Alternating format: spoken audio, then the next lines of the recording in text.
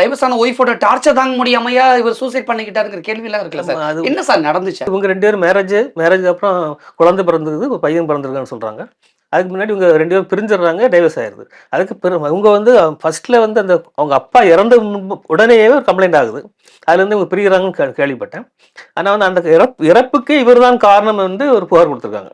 இந்த இவருக்கு டவுரி கேட்டனால தான் அவங்க அப்பா இறந்து போனார் அப்படின்ட்டு. ஆமா, அந்த பொண்ணோட அப்பா.